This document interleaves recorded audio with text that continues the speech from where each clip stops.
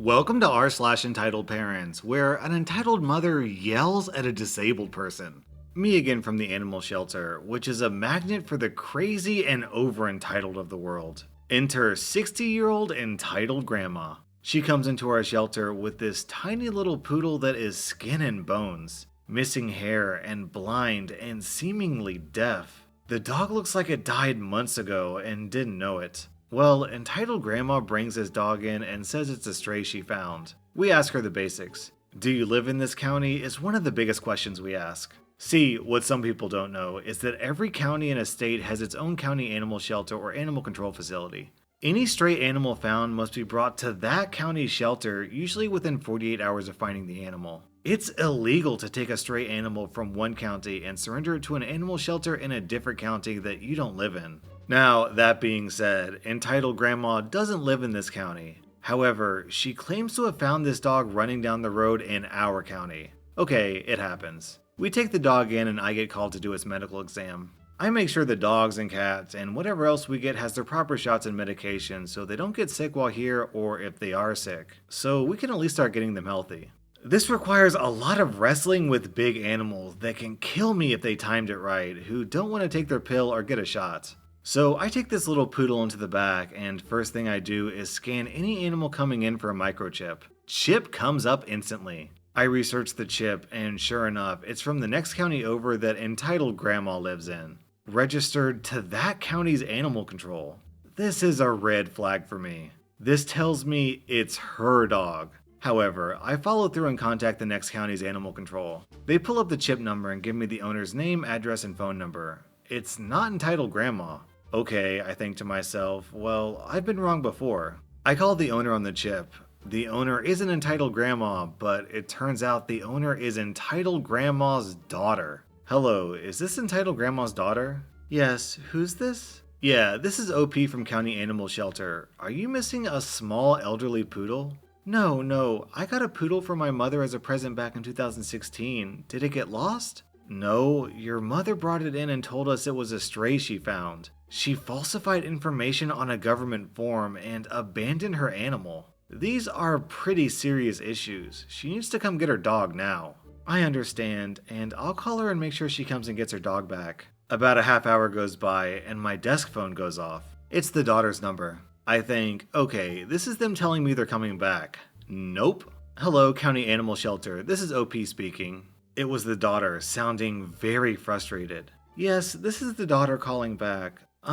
Entitled grandma isn't coming back for the dog. She says she doesn't want it anymore because she thinks it's old and ugly. She demanded I get her a teacup chihuahua instead.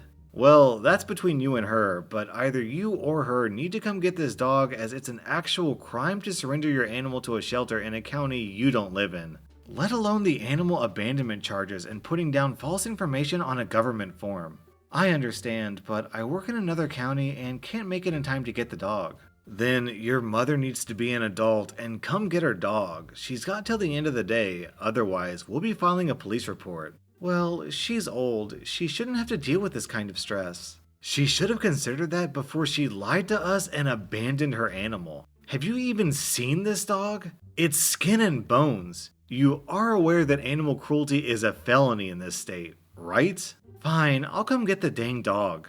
We close at posted hours. She hangs up. I go to lunch. I doubt I'll see her or the mother, but I'm true to my word. If they don't get here by the end of the day, they're going to be dealing with the police instead of us. I think this entitled grandma needs to be careful about telling people that things that are old and ugly need to be tossed aside because, honestly, it sounds like this entitled grandma deserves to be thrown out on the street.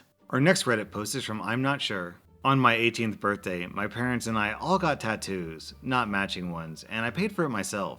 I got one of Stitch from Lilo and Stitch playing the ukulele and it says Ohana under it. It's on my upper back, so a lot of times when I wear dresses and some shirts, it shows a bit. It's important to note that after being sexually assaulted when I was younger, I've always had severe anxiety to strangers and new people touching me. So a couple of years ago, I was at a store with some friends when entitled kid, about 8ish, sees my tattoo sticking out of my tank top. It was summer, but it only showed about half. The entitled kid squeals and goes, "Mommy, look, it's Stitch." We were in a gaming store, so I figured the kid was talking about some merchandise. Then Entitled Kid says, "I want to see it."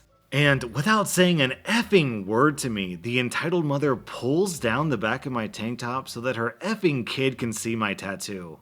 I lose it. I turn around and smack her hand away as tears are already coming in my eyes. Please don't touch me again. I have to take deep breaths from screaming at this lady. The entitled mother looks like I just kicked an innocent puppy. "What is wrong with you? Why would you hit me like that?" One of my friends steps forward. "She hit you because you touched her without her consent. What made you think you could touch her in the first place?" "My son wanted to see her Disney tattoo, and I just wanted to let him see the rest of it," entitled mother said defensively. "You should have just asked," I tell her, and I can finally breathe again. "I love showing it off. If you'd asked, I would have had my friends help with my shirt. You can't just go around touching people like that." Entitled mother looks flabbergasted, as if she has never heard of common decency. "I don't know why you're getting so worked up. It's not a big deal." At that point, I'd had enough and didn't feel like being there anymore and started walking away when she yells after me. "Aren't you going to let my son see your tattoo? He didn't get a good look." My friend, now pissed, turns and tells her, "No, she isn't. Please leave us alone now." We all walked away before she could do or say anything else. I still get upset thinking about that incident to this day. I never got over my stranger anxiety, and honestly, she made it worse. A lot of people really need to learn how to be considerate of others. The funny thing is, if you had just walked up to that Karen and randomly touched some part of her body, I bet she would have flipped out. Our next Reddit post is from Avios. "It's snowing where I live, a lot more than what we're used to getting. We live in a military town. The schools and most other businesses follow the base's lead when it comes to weather-related closures. The base is essential personnel only right now, so I got the day off. I live across the street from the base housing. My husband and I decided to buy our own house instead of living there, but we're still close enough to utilize their parks. Now to the story. The base housing has a little park every block or less. Honestly, a ridiculous amount of parks. We normally just go to the one closest to our house, but since it's been snowing, we decided to go to one further away because it had better hills. My oldest, 4, was bundled up tight and using his sled down the hill, then hiking back up. At one point in time, he got distracted and left the sled, at which point another child jumped on it and was playing with it. That's fine. My son decided he wanted to hike back up and went to get his sled. Now, it's important to know that I'm carrying my youngest, 3 months old, and because of that, it's unsafe for me to go down the hill in case I fall. I couldn't hear what the oldest was saying to the other child, but eventually he got his sled back and was dragging it up the hill. Enter Entitled Mother. My son is up the hill now and walking towards me to push him down when he's stopped by Entitled Mother. Entitled Mother reaches for the sled and my son very audibly says, "No, I used my words." We're teaching him to use his words instead of hitting when he's frustrated. Entitled Mother reaches for the sled again as I'm walking up. "Excuse me, can I help you?" "Is this your child?" "Yes, he is. Again, can I help you?" "Your child stole this from mine. I watched him." "This is his sled. I bought it in the nearby town last Christmas. Your child was playing with it for a while, then mine wanted it back." "No, my child was playing with the sled and yours took it." "I watched everything that happened. Yes, your child was playing with my son's sled. Then my son used his words and took it back." "I've never seen you before. Are you even supposed to be here? You know this park is restricted, right? This is military only." I am well within my rights to utilize this park. I grab my son with the sled and go to walk away. But that would be too easy, right? Entitled Mother grabs the sled from my son's hand and turns around. "Excuse me, do not take things from my child. Who do you think you are?" "What did you just say to me?" "Give him the sled back. I'm not playing this right now." "Do you even know who I am? My husband is a certain rank. You can't speak to me that way." "Congratulations. Your husband's rank has absolutely nothing to do with you stealing from my child." I yanked the sled back, picked up my toddler, keep in mind, I'm still wearing my youngest, and went to walk away. Entitled Mother grabbed for the sled again, causing me to lose my footing. Thank God I didn't fall, because I probably would have had her head. Look, you effing grunt, your husband has nothing to do with my husband's career, but your actions have everything to do with his. Keep this stuff up and I will get the military police involved. Touch me, either of my children, or the sled again and I'll put you on the ground. I'm not playing this game anymore. What you just did put both my children in danger. Walk the F away.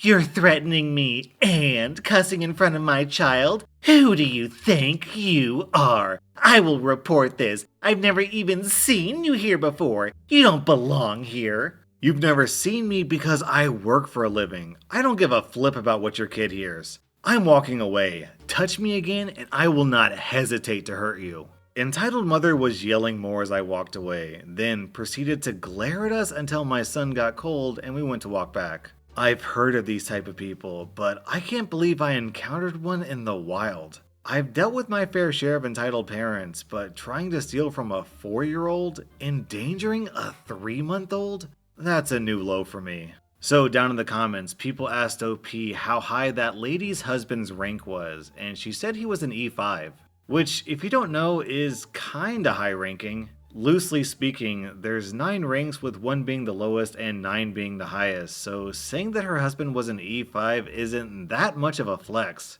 It's not like her husband was running the base or anything. Also worth noting, and I may be wrong about this, but I seem to recall something about this from when I covered a military subreddit a while back, but I think the way it works is that a military person is responsible for the behavior of their spouse while on base. So if that entitled mother had actually assaulted the lady, or even worse, injured a child, then her high-ranking husband would have been in huge trouble. Our next Reddit post is from DocOCD. This happened years ago when my husband and I lived on a military base and I ran an in-home daycare that was regulated through Child and Youth Services, CYS. We had 1 child of our own, and it was a remote base, so jobs were scarce, so I figured this was a good option for me to work and be able to also stay home with our kiddo. The daycare spots were a shortage, and that meant I was full and even had a wait list. This also meant I could kind of pick and choose the kids I had in my care. For the most part, I had great kids and decent parents. I even became friends with one of the sets of parents, and that was my mistake. The mom, let's call her Karen, seemed to be normal,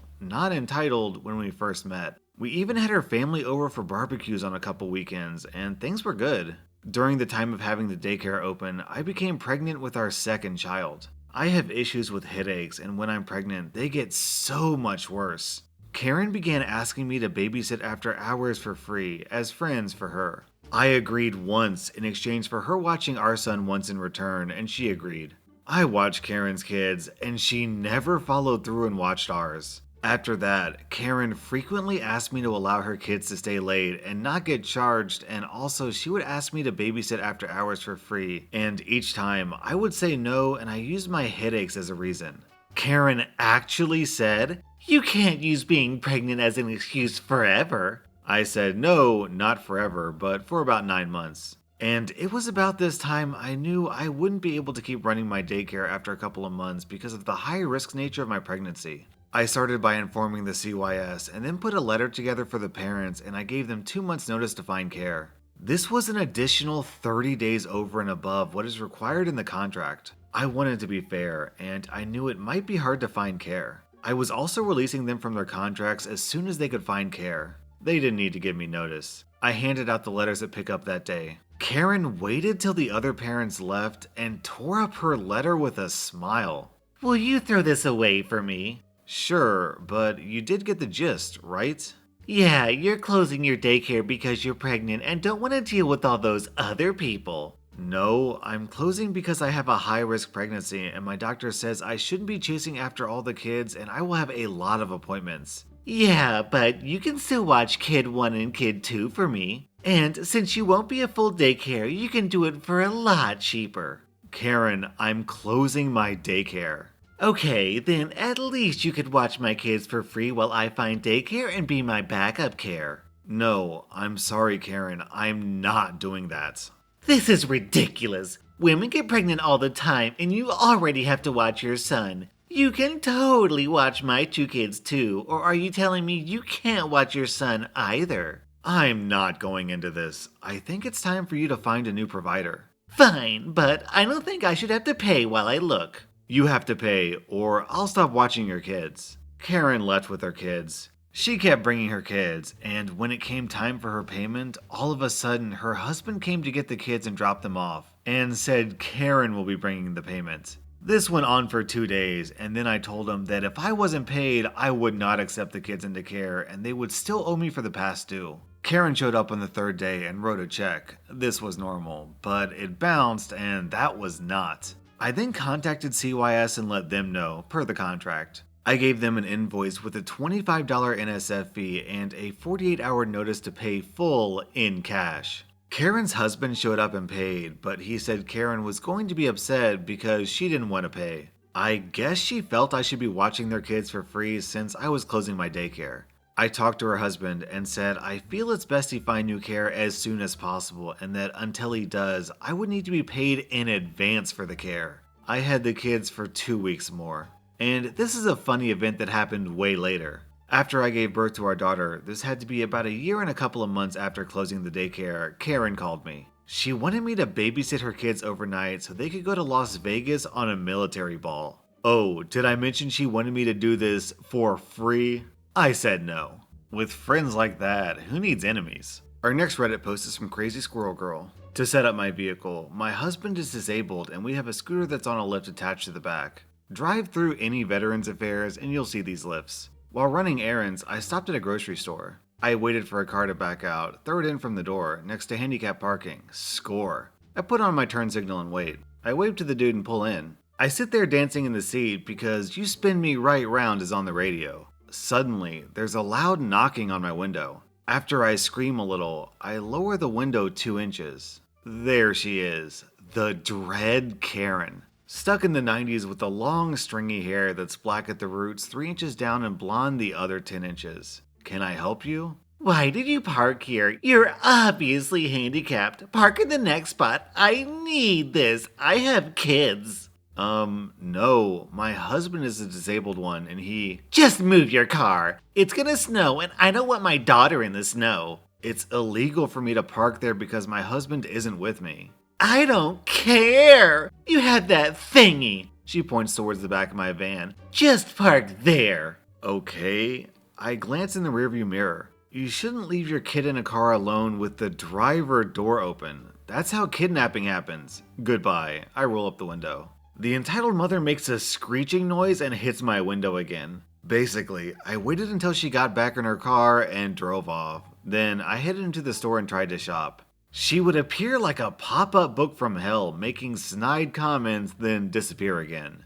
That was rSlash_Entitledparents, and if you like this video, then don't forget to hit that subscribe button because I put out new Reddit videos every single day.